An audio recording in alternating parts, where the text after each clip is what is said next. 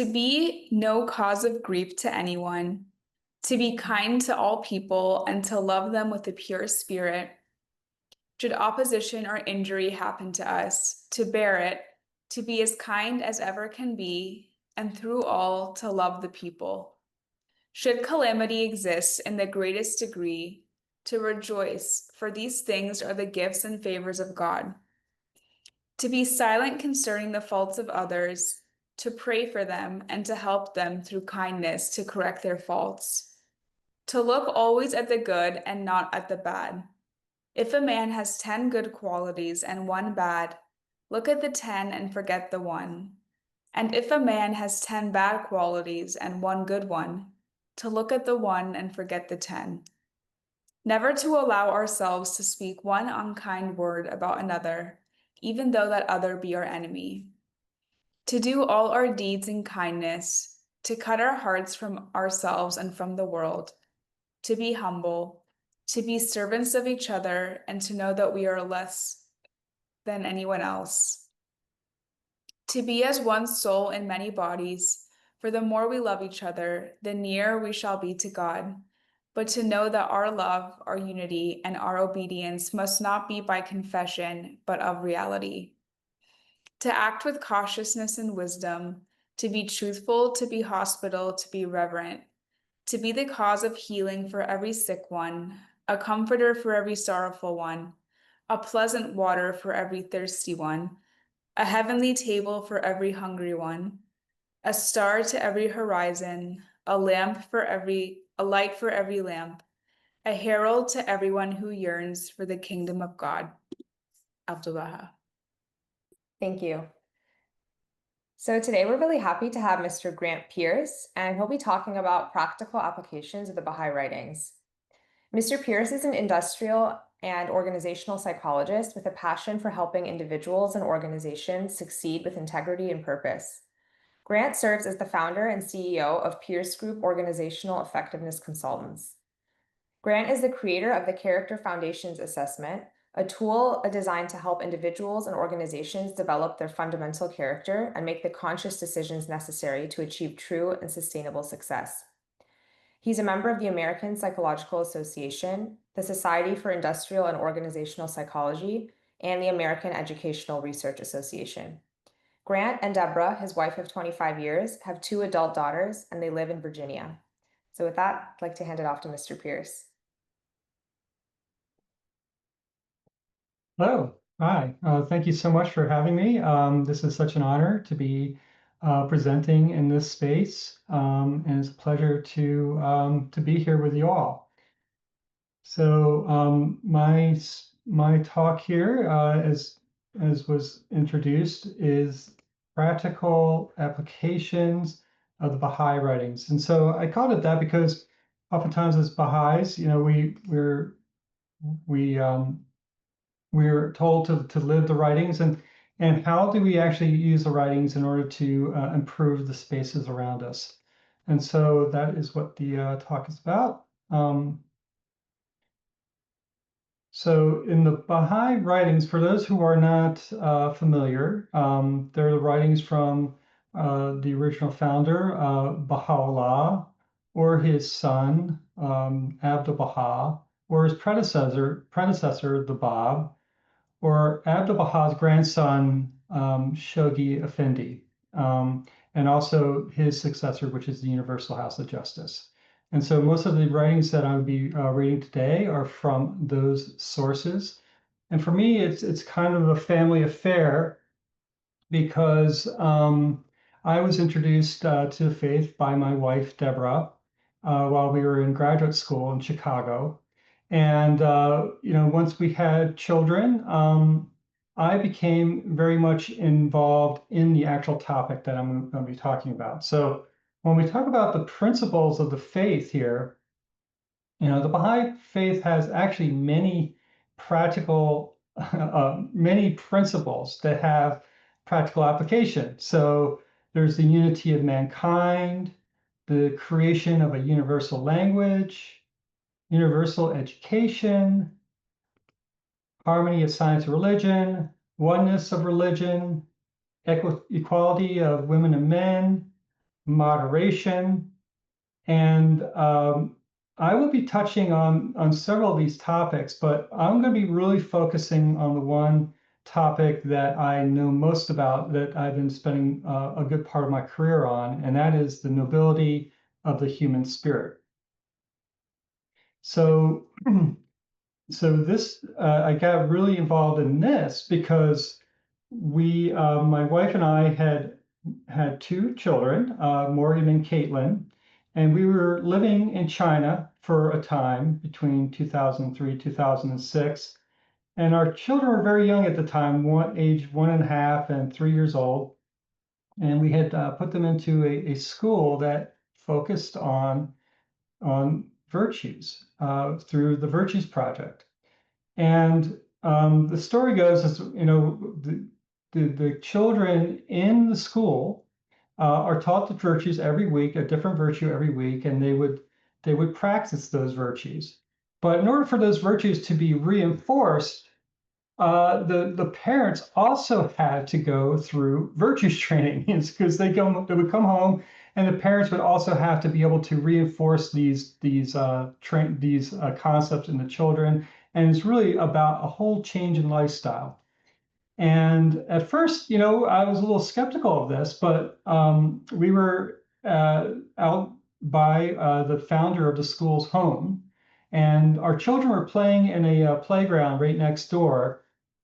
And the children were playing around and having a good time.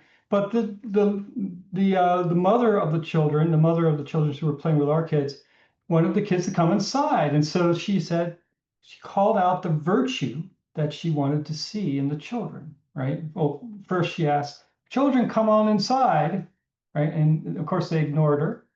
And so then she called out the virtue she wanted them to exhibit, which was obedience. And so she called out, "Please use your obedience."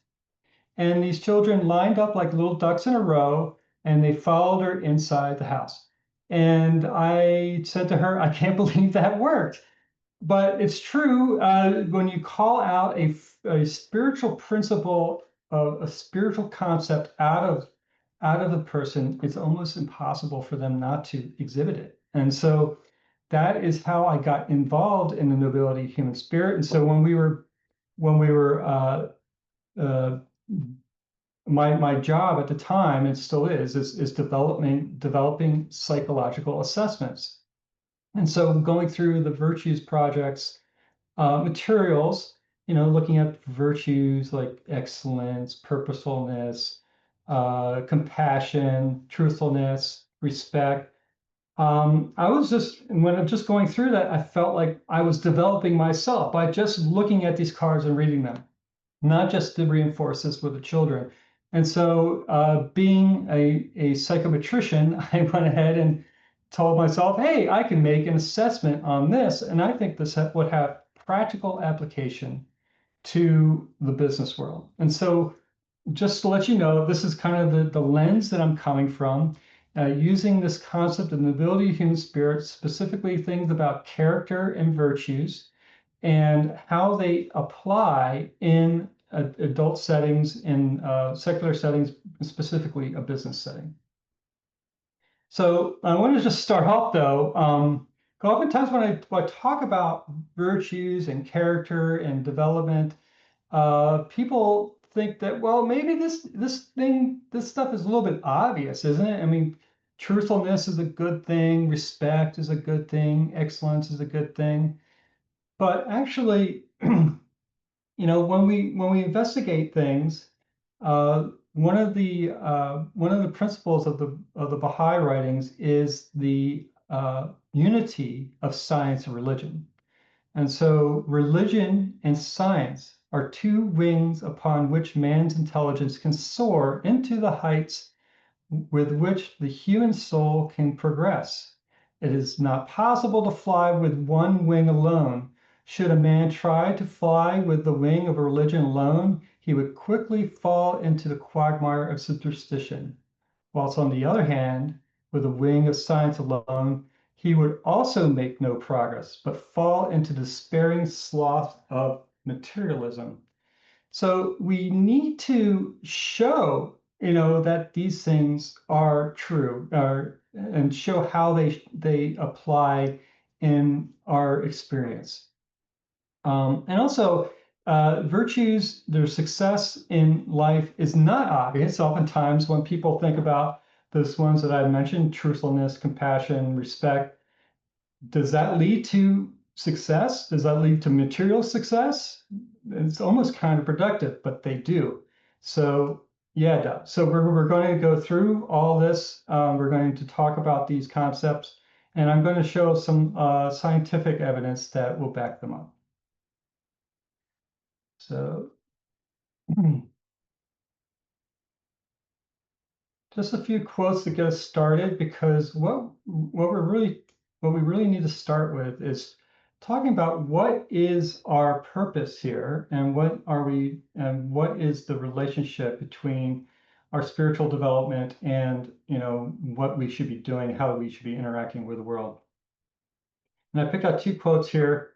We must strive unceasingly and without rest to accomplish the development of the spiritual nature in man, and endeavor with tireless energy to advance humanity toward the nobility of its true and intended station. God's purpose in sending his prophets unto men is twofold. First is to liberate the children of men from the darkness of ignorance and guide them to the light of true understanding. The second is to ensure the peace and tranquility of mankind, and provide all the means which they can be established. And so this is our twofold moral purpose. One is to develop our spiritual qualities, and the other is to assist in the development of an ever advancing civilization. So if we could start there, one of the purposes of us is actually to develop these spiritual qualities in us. And there's other writings in the Baha'i text that actually show that these are the pieces of progress that we can actually progress to the next world with. In fact, it's like this world is almost a womb from which we can actually develop spiritual qualities that would be like limbs, like what we have now, eyes and ears and limbs to interact with this world. The spiritual qualities will be developed so that we can interact with the next world.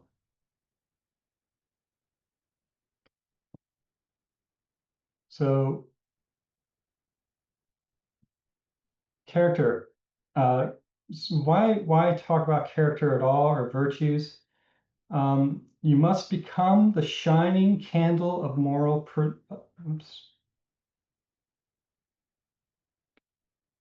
touchy mouse, sorry. You must become the shining candles of moral percepts and spiritual ideals, and be the means of the illumination of others. Clothe your bodies with the robes of virtues. Characterize yourself with the characteristics of the people of divine morality. Shun all manner of vices as you shun a poisonous snake or leper. Let the core of professors and students be impressed with the purity and holiness of your lives, so that they may take you as paragons of worthiness, examples of nobility and nature, observers of the moral laws, holding in subordination the lower element by the higher spirit, the conquerors of self and the masters of the wholesome, the vital forces in all the avenues of life. Strive always to be at the head of your classes through hard study and true merit. Be always in a prayerful state and appreciate the value of everything. Entertain high ideals and stimulate your intellectual and constructive forces. So our character development is a very comprehensive thing, a very challenging thing. It encompasses just about every aspect of a person's intellect, including their intellect and their skills, but also the morals, the nobility of their actions and their behavior. So I just wanted to go into some study in this area. So virtues and character have become the attention of many social scientists and psychologists. And and I just want to highlight 3 areas of research right here. There's many more. One is the positive psychology movement. There have been dozens and dozens of studies that show character development improves the life successes and and also stronger relationships. There is a organization called the World's Most Ethical. It's in the website called Ethisphere, where they actually look at, and they have a whole panel of judges. They determine what companies out there in the world, in all different sectors, that are the most ethical and the most value-driven companies. And then I'm going to talk a little bit about the Character Foundations assessment and just some of the findings that I found there. And hopefully this will kind of tell a story and lead us to some of the discoveries that we've found about character and the nature of our development. So I often say this quote: "The most valuable asset within a company is its values." I say it so often, I thought it was a quote that I found somewhere, but it turns out that I actually just came up with this. So now I think I need to prove it. So let's go ahead and start proving it. A new study in the positive psychology movement, and if you're familiar with this movement, it was born in the idea that you can look at psychology from a clinical perspective as a set of dysfunctions that we have, so depression, anxiety, schizophrenia, all kinds of disorders. They have a book called the DMV that has a whole list of disorders, right? But the positive psychology said, well, why don't we, instead of looking at all the disorders, why don't we find out all that's sane about people? And then they focus on the idea of character and virtues. And so just scanning the literature, one of the most recent studies here is this from Casali and Farraco, 2004, just came out. And what they found was character strengths lead to well-being, life satisfaction, and organizational well-being. Organizational well-being meaning that people do well in their jobs. So that's what they mean by organizational well-being. Now, this in itself is not that exciting. They had an assessment, and they measured 24 virtues, and that they found that some virtues correlated well with well-being, 4 or 5. Some virtues correlated well with life satisfaction, 4 or 5, slightly different set, and a totally different set correlated well with organizational well-being. Now, this is a finding that has been found over and over and over again for the last 15 or 20 years or so. You might remember a book by Angela Duckworth called Grit, and she found that grit as a virtue was a predecessor, a strong predictor of success in children and going into adulthood. If they had this virtue of grit, then they were more likely to succeed. And so the research had gone into more and more looking at specific virtues and how they apply to different outcomes. And the more specific you get, the more specific the outcome. But what they did was very interesting. They looked at general character. And so if you just took all the character qualities and then created a composite, all 24, and then you correlated those with these things, how would that look? And it turns out that this general quality correlated just as strongly, or just barely under, the specific qualities to the specific outcomes. So it correlated well with all these things: well-being, life satisfaction, and organizational well-being.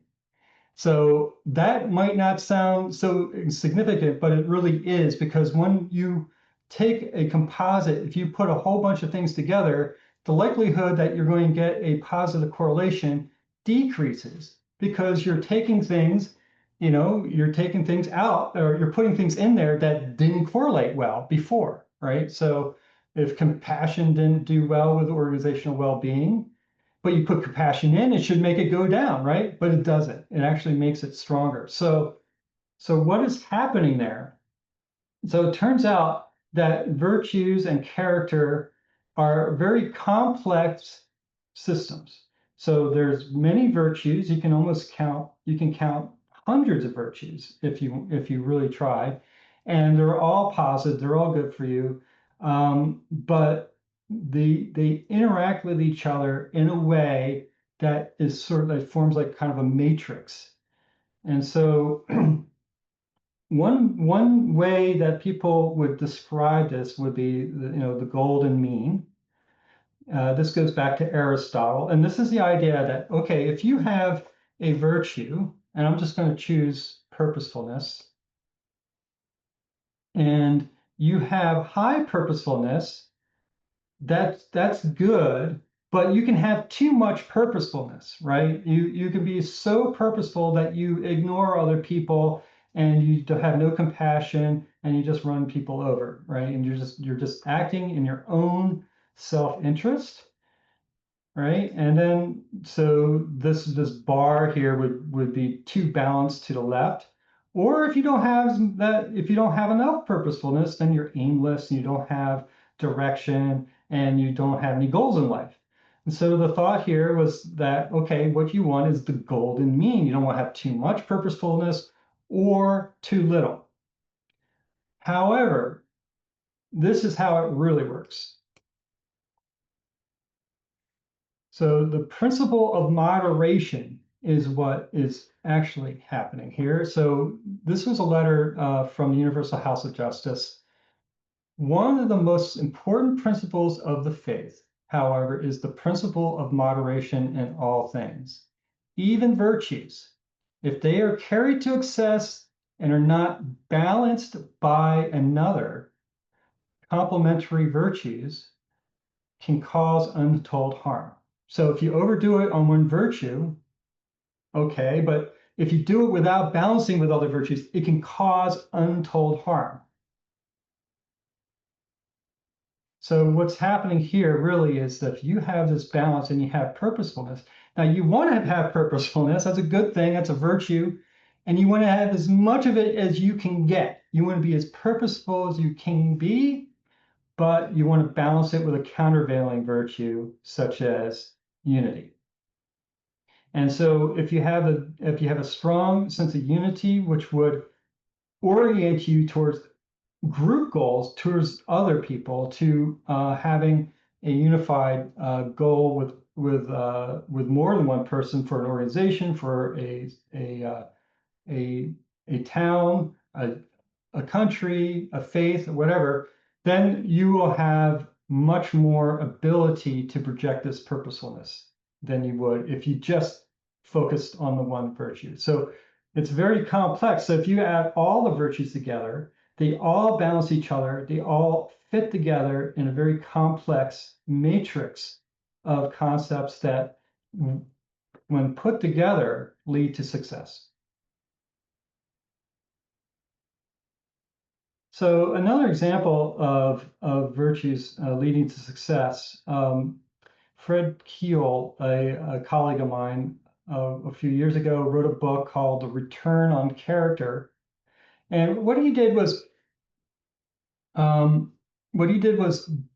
take 23 high performer, or 23 CEOs of major companies, and then he interviewed their subordinates, their coworkers, their peers, and determined, whether or not they were successful or not, or whether or not their organization was successful or not, and also whether or not they exhibited these four virtues: integrity, responsibility, forgiveness, and compassion. You just focus on these 4.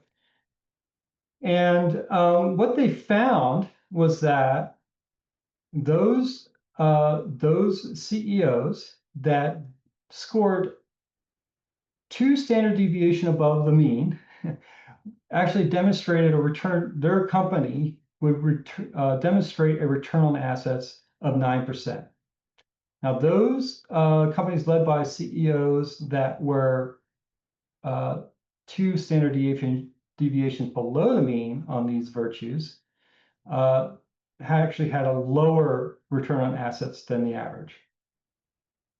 So one thing that means is like, oh yeah, so if you have a leader that demonstrates these virtues, there is a steady line that increases to the point where your company, steadily increases in performance. But what they found is that the biggest jump, it was kind of a flattish line until you get to 2 standard deviations. So you had to be very far off in the wings in order to really see this result pop. And so what I take from that is that to really demonstrate, to really have an effect on those around you, on aggregate, on large scale kind of things, organizational level scales, you really have to go in deep with these virtues. You really have to demonstrate them to a level of almost complete detachment from material perspective. So you have to really demonstrate it perfectly, the integrity, responsibility, forgiveness, and compassion. And then that will demonstrate a huge increase in organizational effectiveness. Now, another organization called Ethisphere does the world's most ethical businesses. What they do is they have, as I said before, they have a panel of judges from all walks of life: academia, business leaders, government officials, and they choose those companies that are the most value-driven, most ethical companies. And then they form an index on those companies, and then they track those companies against other companies. In this case, in this study here, they tracked it against the, sorry, my mouse. They tracked it against the Dow Jones and the FTSE, and they found that the stock price of companies in the world most ethical actually outperformed the Dow Jones, or the S&P 500. Sorry, S&P 500. So if you're a stockbroker, you probably do well by just focusing on ethical companies. And this is an older study, but they also found they track this year by year, and then they find in 2025, compared to other companies, those who are on the world's most ethical outperform the comparable group by 7.8%. And if you're doing that, you're killing the competition. So these spiritual qualities have a profound effect on the outcomes of not just individuals, but organizational level outcomes.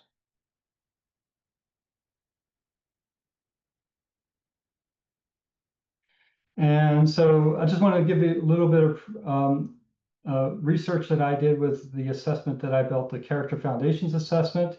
It's an assessment that focuses on 22 virtues. And we did a study on MBA students, and we tracked the scores of the the CFA against things like GPA, GMAT scores, and postgraduate income. Okay, and so here's the results for the correlations with GPA. And you can see the correlations there, so influence was actually negatively correlated, significantly so. Compassion negatively correlated, sociability negatively correlated. So those with higher GPA scores were more self-centered and less social, very driven and determined. Were more sensitive to fairness, set high standards for themselves. Okay, so it predicted these things. Now the next thing, GMAT scores. Those with high GMAT scores were more creative, harder working, less social, more self-centered, and less team-oriented. Okay, so you have that negative correlation with unity. And then we actually tracked how the students did after graduating, and we looked at postgraduate income. So those with a higher postgraduate income were more intense in their work, which is lower moderation there, negative 3.34. They were more creative, more aware of their actions. That is their reflection score, more geared towards personal goals and goals of the team. So that's the high purposefulness, but low unity. And then less truthful and respectful of others. Okay, less humble, more likely to break rules. Okay, so it predicted all these things, but wait a second. Grant, you just told me that virtues are good. Why are we having all these negative correlations with all these outcomes?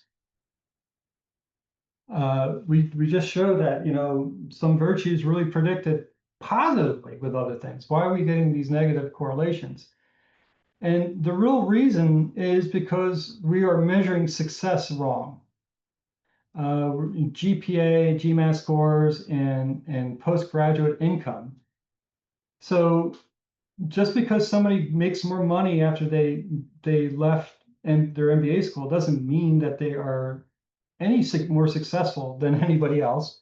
It could mean that they just got a higher paying job. Maybe they became stockbrokers, and then another person went into an NGO, makes less money, but just as effective in their job and maybe even more impactful to humanity. So we're measuring success in ways that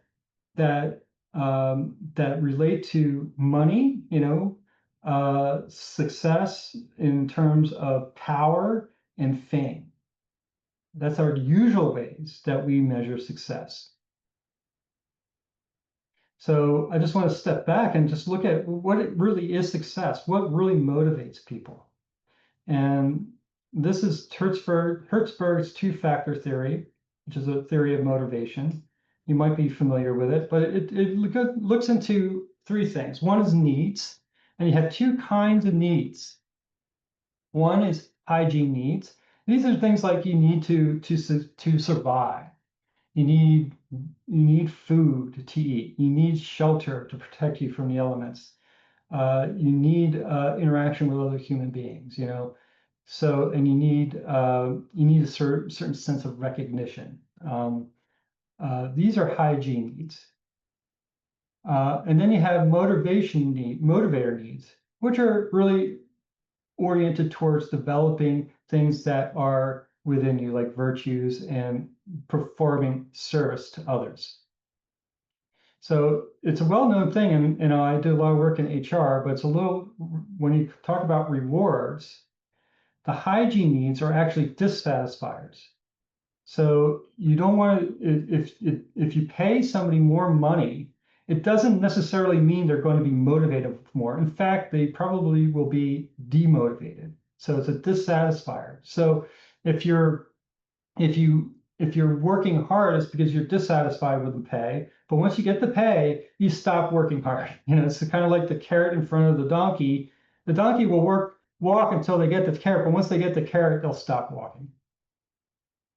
And then you have satisfiers. These are things that when you get them, you want more of them because they are they are more satisfying and more powerful in terms of your well-being than the dissatisfiers. And so we talk about this in terms of intrinsic versus intrinsic rewards. So those extrinsic rewards are dissatisfying and when you get them, you're less motivated. Intrinsic rewards are those that are within you, and when you receive them, you want more of them. you're more motivated to do even more of it. And so when it comes to growth, those that are in the hygiene needs, food, pay, uh, shelter, relate to the body, and then the motivator needs relate to the spirit. So what does the Baha'i writing say about this? The human soul is exalted above the material conditions and limitations. Truthfulness is the foundation of all human virtues. Without truthfulness, progress and success in all the worlds of God are impossible for any soul. When this holy attribute is established in men, all divine qualities will also be acquired. So if you attain the virtues of truthfulness, you can attain the other qualities. Here's another long quote, but I'm just going to focus on the bottom part. However, until material achievements, physical accomplishments, and human virtues are reinforced by spiritual perfections, luminous qualities, and characteristics of mercy, no fruit or result can issue therefrom, nor will the happiness of the world of humanity, which is the ultimate aim, be attained. So when we talk about success and gaining even material rewards, so that could be money or whatever, even gaining the material rewards, it's not that the virtues and the character is either getting in your way or sort of somehow overcoming some things or just enhancing the material gains. They are the primary means to get them. In fact, our attachments to the material rewards, it's actually holding us back from actually gaining the spiritual qualities that will actually lead to more material prosperity. So these energies, which is the day star of divine bounty and source of heavenly guidance, hath endowed the reality of men lie, however, latent within him. Even as the flame is hidden within the candle, and the rays of light are potentially present in the lamp, the radiance of these energies may be obscured by worldly desires, even as the light of the sun can be concealed beneath the dust and dross which cover the mirror. So actually, it's not the spiritual qualities are not just sort of helping along. They are the direction. They are the elements that lead to success in all elements, physical, material, and spiritual. And unless you detach yourself from the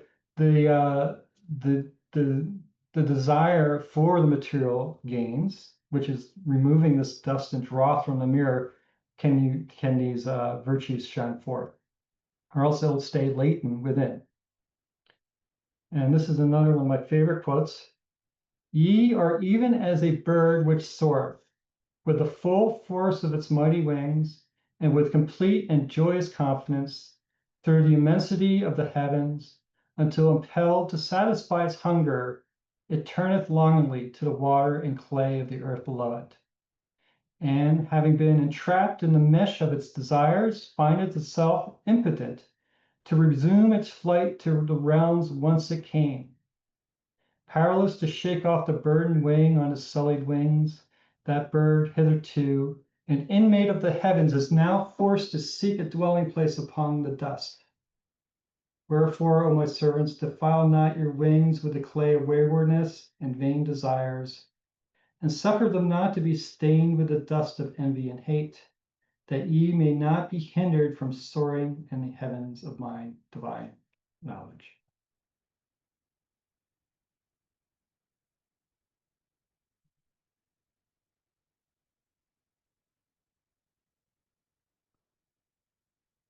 So I mentioned that I was going to give some practical So practical applications. And so the character there, we mentioned a few things, so we mentioned the assessments from the positive psychology movement. We mentioned I have the CFA, which is a character assessment. We also, there's leadership coaching that's focused on character that can be done. But these things can be applied in many different ways too. So it can be applied in relationships, and especially with children in the education of children. And that's where really the Virtues Project has its biggest impact is with children. Linda Kavlin Popov, Dan Popov, and John Kavlin put together the Family Virtues Guide and many other resources. And these 5 strategies are very practical ways of developing virtues in others. So speaking the language of the virtues, just talking about them and using the language is very powerful. And once people learn how to use the language, it's so much it's so seamless in order to pull out the virtues in others or to praise them. Recognize teachable moments, and this is a very educational strategy, but to see where the opportunity is to either request or to praise a virtue. Set clear boundaries, understand where you are willing to take a certain behavior and not. Honor the spirit. So really believe in the nobility of the human spirit and spiritual companioning. These things are very, very practical ways of helping those around you develop their virtues. And we have writings that actually give us very, very specific guidance. The betterment of the world can be accomplished through pure and goodly deeds, through commendable and seemly conduct. So do goodly deeds and commendable and seemly conduct.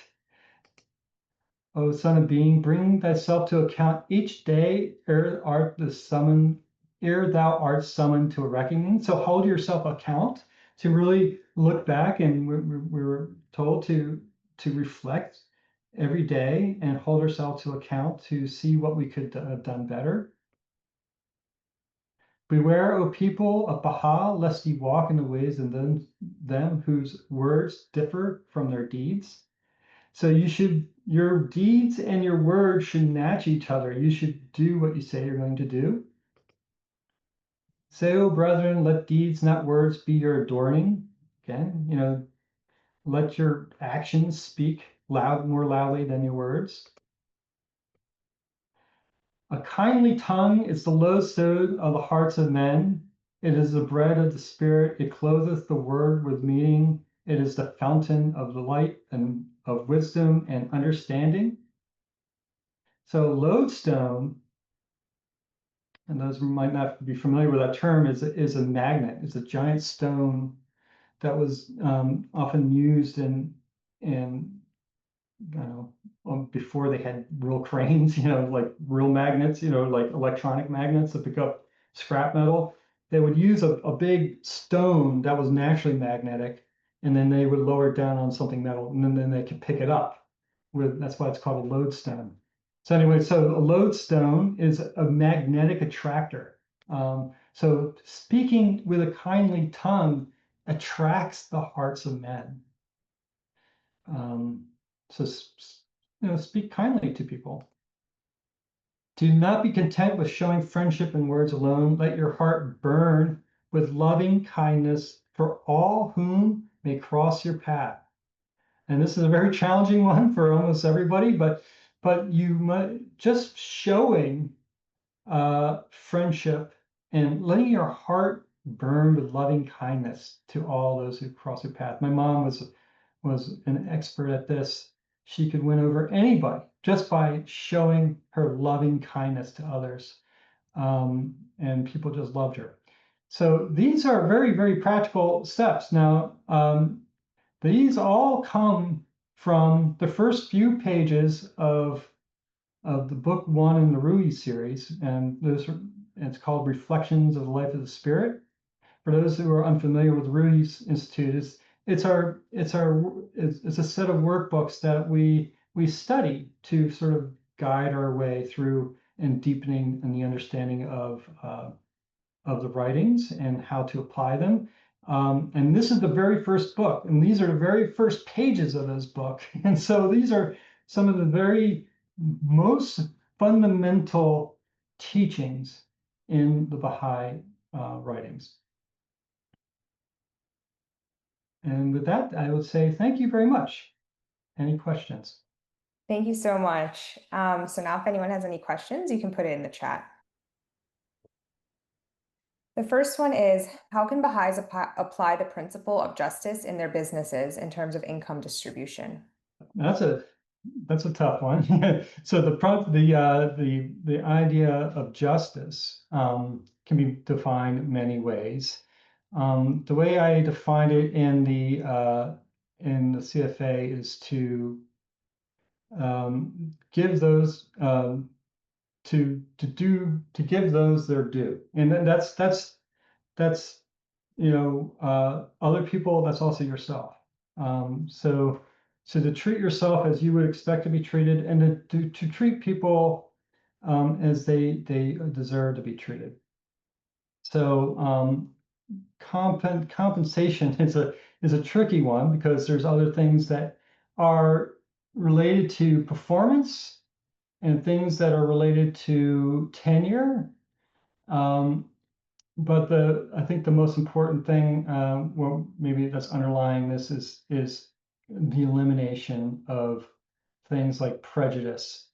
And so that is something that a company must figure out how to assess a person's performance and attach their compensation that relates to the performance. So that's often hard to do because there's a lot of prejudice, a lot of preconceptions about people, and particularly with men and women.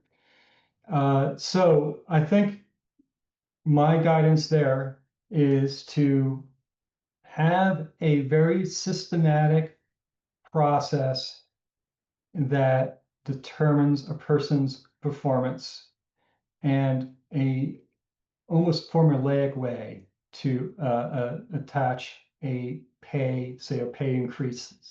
Every year somebody gets a pay increase, where make sure that pay increase is related to a set of performances. So if you have an organization that sets people to sets increases in performance to increases of pay to performance. Sometimes they don't. It's just flat out, how well the company is doing.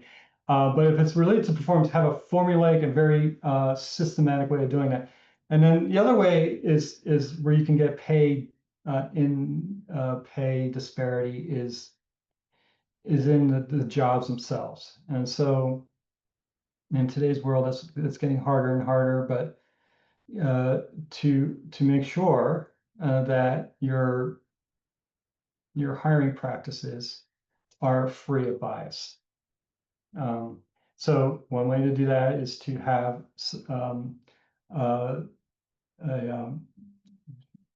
standardized assessments.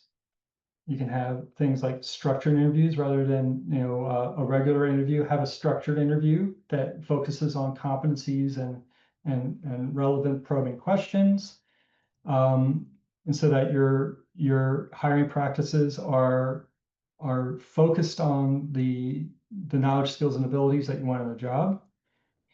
And then the next phase down below that is your recruiting practices. Where are you recruiting from? And so that is where you can get a lot of fruit by diversifying your recruiting practices.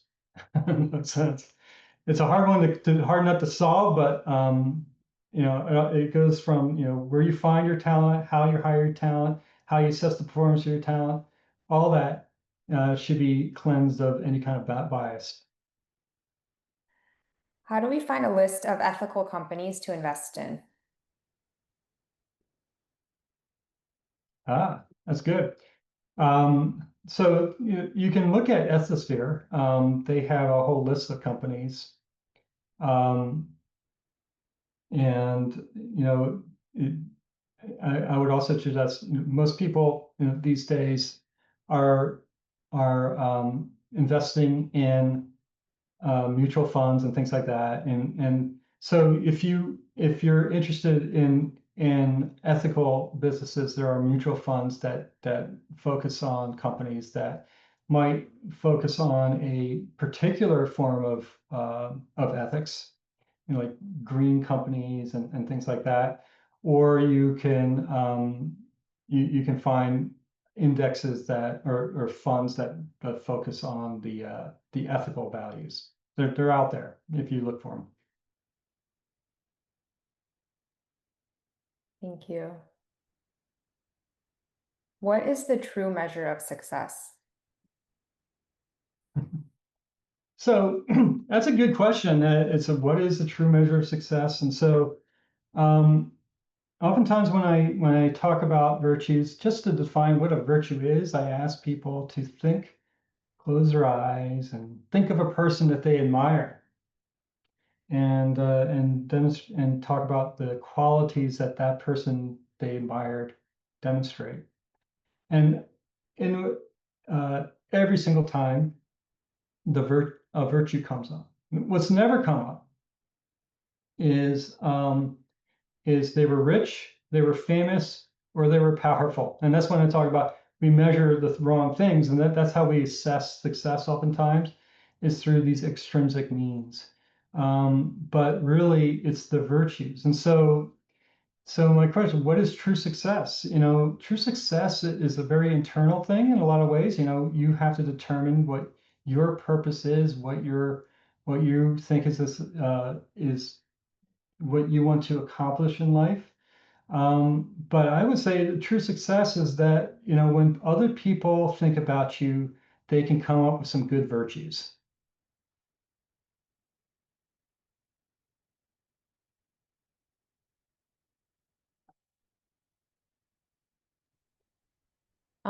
Can you explain more on setting clear boundaries? Yeah. And so, well, it really, this is a good one because, especially in children, when you're talking about virtues, it's like, I saw, actually it was a speech, and it was a woman who was talking about her children, and I think it was her daughter was kept asking her, over and over again something, and she said no, no, no, and kept asking for whatever it was. And so, she got down on her knees and looked at her and say, listen, when I say no, I need you to respect, my no. And I also need you to not ask, if I say no, not ask again, and to not ask for something that's unreasonable. And so she was setting clear boundaries in terms of what that child should be, doing, how they should be behaving. They ask for something that's unreasonable, they shouldn't be doing that. But if they do and they get to know, then they should stop saying that, requesting that.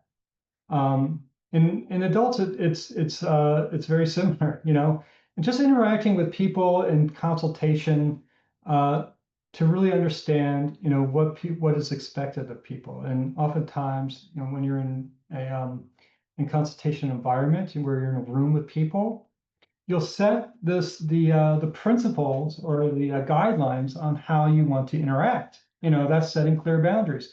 No talking over other people. Everybody gets to participate. No talking about politics or something like that. So when you set those guidelines, you're setting clear boundaries. And there's many applications in relationships. What kind of a behavior is acceptable and what's not. Sometimes if you set a clear boundary that, if I wake up and I need my coffee in the morning before you start requesting a whole bunch of things, I'm talking about personal experience now. If you just wait until I finish this coffee, then I'll be able to talk to you. That's setting a clear boundary. Does the motivation for practicing virtues, as in extrinsic motivations or intrinsic ones, matter for their effectiveness? Also, is there a difference between human virtues and spiritual or religious ones? Ooh. So can you repeat that? Repeat that. It's a lot in Yeah. there. I just wanna- So the first question was, does the motivation for practicing virtues, as in extrinsic or intrinsic motivations, matter for their effectiveness? So are you doing it for, so for example, I guess what I'm trying to guess is that if you're trying to demonstrate a virtue for an extrinsic reward, like I'm showing compassion because I want to get paid or something like that. If the reward is extrinsic, it won't provide that intrinsic reward. It just won't. So you'll get the extrinsic reward, but you won't get that feeling of love or sense of self-development. So it should be for the actual detachment for the extrinsic reward. Does that make sense? And that's a really hard thing to grasp, but to detach yourself from the material reward actually would lead not only to more intrinsic reward, but also extrinsic rewards. There's that children's song, the magic penny, you give it away, you give it away. If you give it away, it comes right back to you. But if you hold on tight, you won't have any, so that's the idea. So if you're motivated towards the extrinsic reward, actually the virtue is not really a virtue anymore. And sorry, what was the second part of that? The second one was, is there a difference between human virtues and spiritual or religious ones? Um, I don't distinguish a spiritual or a human virtue. If it's a virtue, it's a virtue. So a virtue is something that you admire in someone else, really. And so if you admire somebody's car, and you admire them for that, then that's not a virtue. But if it's something that is that demonstrates a nobility in somebody's spirit, not nobility in terms of their rank in society, but their spirit, then then it's a virtue. It's I don't know if I could differentiate a human one from a spiritual one. How do we apply the writings in moments of conflict, whether at work, in family life, or in friendships? Yeah. So that's a really good question too. So it's hard to demonstrate these virtues in moments of stress and hardship and actually I was called out yesterday about this with truthfulness. So it takes fortitude and courage oftentimes. However, I think a lot of it is daily practice. And so if you get into the habit of demonstrating the virtues, actually they strengthen connections in your brain to the point where these habits become almost automatic. And so when you're in a situation like a fight or flight kind of situation, when you're talking about your brainstem kind of thing, where you're like, what do I do? You actually go to the virtue rather than something else. And so it's a really a deliberate practice. And one thing I didn't say before, but these are hidden concepts. We don't think about them very often, and we don't it's not expressly overt. It's not something we can just look at somebody and say, oh, they got all the virtues. um, these are things that are inside us and that we develop not automatically, so we really have to think about them and develop them. And that's why, things like the Virtues Project really make a big difference, with the virtues cards and everything, read those virtues cards every day and really, solidify your understanding of them and your practice of them in everyday life. And by the time you get to a stressful situation, that is how you will act. When the writings emphasize detachment, how do we practically apply that in a world that constantly demands material focus? Yeah, I mean, so remember, the in the two-factor theory, and then there's many motivation theories, but you do need material, material around you to survive. You need to eat food. You need to do this, and the concept of detachment from that is very difficult. But that is the challenge that has been put forth to us, uh, and so some people have pulled it off to a degree that many of us can't. We all do the best we can. But one of the stories that I think about is the story of Ahmad. So the Tablet of Ahmad is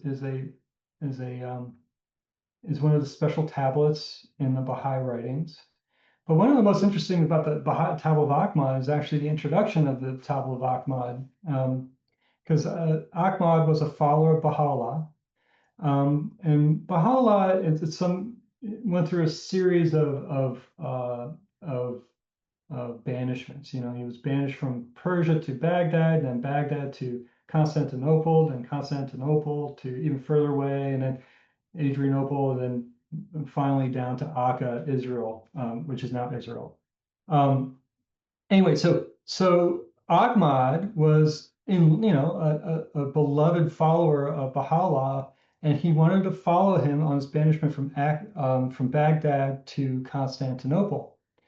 And the problem there was that Baha'u'llah wasn't bringing any of his loyal followers with him. He was just bringing his close family and troublemakers. And he told Ahmad, like halfway through his journey, to abandon his journey, go back to Persia and teach the faith.